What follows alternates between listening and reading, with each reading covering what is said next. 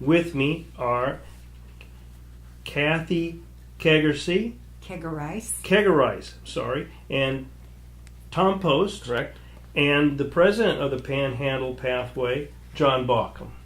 So, Tom, I know that time is of the essence for you. How does the Prairie Pathway, or the preservation of the prairie here and the opening today, what's its significance?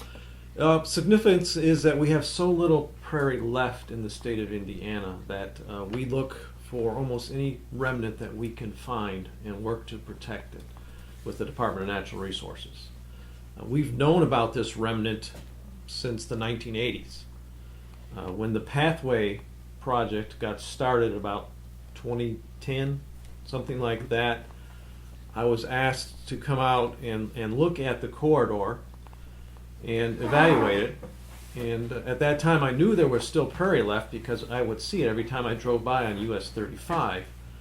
So I asked, what was the Panhandle Pathway, who's involved, what might their interest be in some of the natural resources along the corridor. And that's when I met Kathy. Kathy and I have worked several times on the prairie remnant. I've made several presentations to John and his board about the prairie, and the results are today, what we did this afternoon. So, What characteristics, when you were driving by on 35, let you know that you were on prairie, since most of us might not recognize a prairie when we see it? well, for starters, there are very few trees and bushes in the prairie itself right now.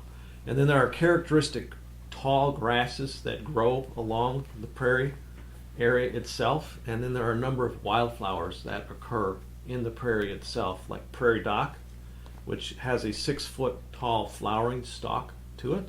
So it's very easy, even at 55 miles an hour, to see prairie remnants if you're trained to recognize them. So that's how I knew it was still there. How significant a find is this particular prairie and its preservation in your jurisdiction, and do you have any way of assessing how it might be in terms of its value within the scope of the entire state? Within the scope of the entire state, most of our prairie was here in the northwest part of Indiana.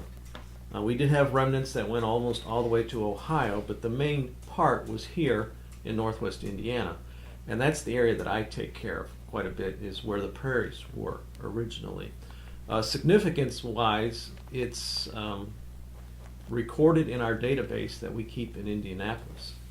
And we only look for the best remnants and keep track of the best remnants that are left in the state. So at the time it was found in the 1980s, it was recognized as a significant remnant and put into our database to try and track over the years.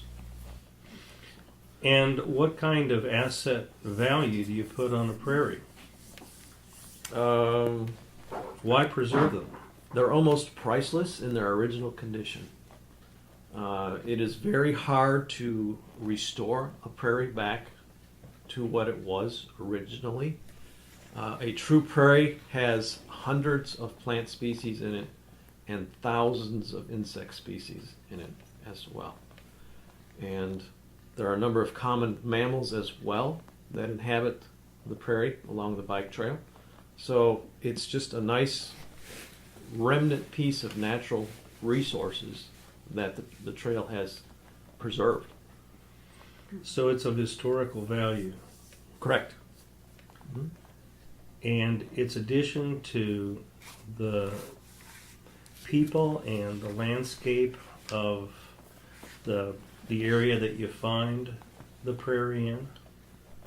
It's actually a living piece of history, because the plants and animals that we still see along the Panhandle represent the plants in the prairie that the original settlers saw when they came to Pulaski County. So it's a living history area. That's pretty exciting. And your involvement with the Panhandle Pathway, I know we heard a little bit about it earlier today, began, you said, in the 80s? We knew about it in the 1980s. We were never able to come to any kind of agreement with the railroad because it was still active back then. Over the years, we've kind of kept track of it because we drive by it because there's a nice highway next to it. But it wasn't until the Panhandle Pathway project came to be that we saw an opportunity to perhaps protect the prairie along the trail system. And so that's when I started working with Kathy and going to the board meetings to inform people of what they had, to educate them, and to see what their interest might be in protecting the area.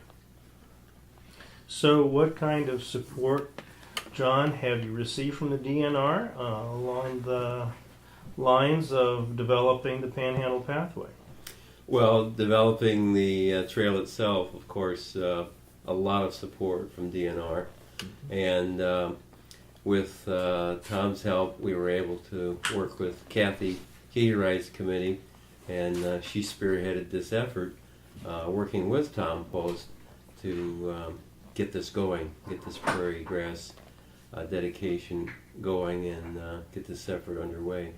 So we've found they've been very supportive. They've helped us with information about the prairie grass section and the value. You know, to us in the beginning, it was just an area to go through to get the trail developed. But Tom comes out and provides us the educational gatherings and the meetings, and explains what's going on, explain what it is around us out there on the trail. Mm-hmm. What is this prairie grass? Yep. And it was something that we really didn't appreciate, didn't understand. And you first contacted Tom, Kathy. How did that association begin? Well, initially, before the Cass County section of the trail finished or started, Tom sent an email to our secretary and said, hey, we've got some valuable pieces of prairie remnant along the Thornhope area. I'd like to talk to your group about this. And at that point, because we were still building, it wasn't a feasible thing to do. But once the asphalt went down, I said, we have got to talk to this man. I am a big proponent of native plants. I know how important they are and how much easier they are to maintain than cutting grass. So I called or emailed Tom and asked him if he would speak at one of our meetings and educate us a little more as to what we had available and perhaps what we could do ourselves to preserve these areas. And he very graciously came to several of our meetings and took us out on the trail and said, hey, this is what you've got.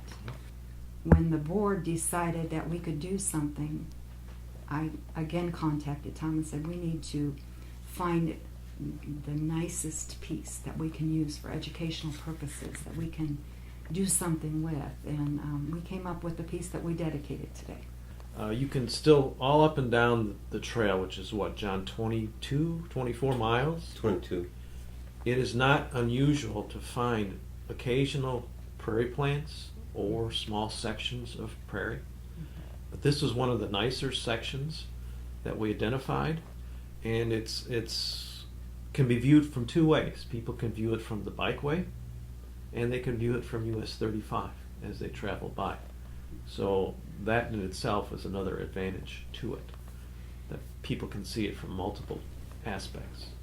So if we were to take our imaginations and try and use them, a couple hundred years ago, what was roaming through the prairie besides the occasional Indian and perhaps settler? If we go back about 200 years, we might see a few of the remnant bison that were left around and some of the elk.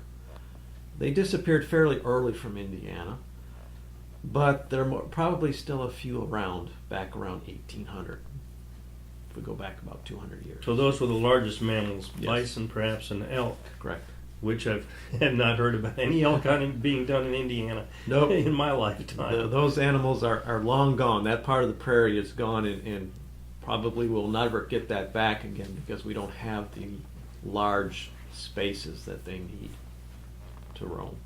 And the smaller mammal species? We still have characteristic smaller mammal species. It would not be unusual to see deer on the trail, coyotes, raccoons, skunks, rabbits, small mammals, weasels, voles, critters like that. It would not be unusual to see that along the trail at all. We hear about mountain lion sightings. Anything like that? Are they prairie dwellers at all? Not particularly. They were more of a forested animal, and I'm not going to say way back hundreds of years ago they weren't around in the prairies, but certainly they're not characteristic. And lynx? Nope, that's a northern species. No lynx. Very good. Are the prairies mostly wetland that you find, or are they dry? No. The particular, prairie. there are both along the trail. The particular area that we dedicated today is more of an upland prairie. It's a little bit drier, and it's probably on the soils that the farmers looked for to raise their crops on. Mario, I have a question for Tom. Sir? Over the years, how has the prairie evolved, or has it? Could you elaborate a little bit more, John, what you're looking for? The makeup, the composite of the prairie itself, has it stayed pretty much the same, or has it evolved through the years? We talking specifically your area today? Yes. There are probably some plants that I would like to see in your remnant that are not there. Your remnant also has some issues with some trees and brush coming in, which is a common problem to prairies these days. So that's changed a little bit. The whole aspect of the county where the prairie remnant is has changed because it's more agricultural right now, but we also see more trees and more bushes around than we would have seen a couple hundred years ago. Okay. So that's the way it's been changing. And that's one of the problems with prairies is if things aren't done to maintain them, they have a tendency to disappear. And so that's why I'm glad to see you folks stepping up and saying, yes, we would like to take care of this section of the trail as prairie. And so the prairie, the Panhandle is taking a proactive, let's say, conservation or maintenance approach to the prairie that's been located here. Yes, yes. We've made a commitment to continue this on with Tom's help. Very good. And does this involve any kind of funding that's necessary to keep this going, to do things that you need to do? I mean, what needs to be done to maintain the prairie? One of the things will be to try and reduce the number of trees and bushes that are growing out there. What's it take to maintain the prairie then? A long-term commitment, for one, which the people are providing from the Panhandle. And number two, the maintenance that we just talked about, the ongoing need to keep the trees and shrubs from invading into it. And three, ideally, and I don't know how John's group might look at this, but fire was a major factor in maintaining our prairies. We read about the early settlers mentioning the prairie fires and how spectacular that they were. And so that's always been one of the management tools that we use is fire to maintain our prairie areas. I think for some people that would be counterintuitive. Why would you set fire to something you're wanting to preserve? Can you just give us a little bit of insight on that? Typically what happens is the prairie goes through a cycle. It starts in the spring and it starts to grow from the root system, and it grows and it flowers throughout the year, and come fall, about this time of year, the prairie plants start to die back above ground. And as we heard today, the prairie plants have a tremendously large root system, so that even if you burn it off and you burn off all the dead litter that accumulates, that root system that's underneath the ground that we don't see allows the prairie to come back after a fire. It's like the phoenix coming out of the ashes. Okay. That's a mighty poetic kind of imagery. Very good. And Okay. where did the idea first originate to preserve the prairie? 10 years ago, I took a Master Gardener course, and an associate in that class was a proponent of native plants. Of course, we had to do projects to get our Master Gardeners level.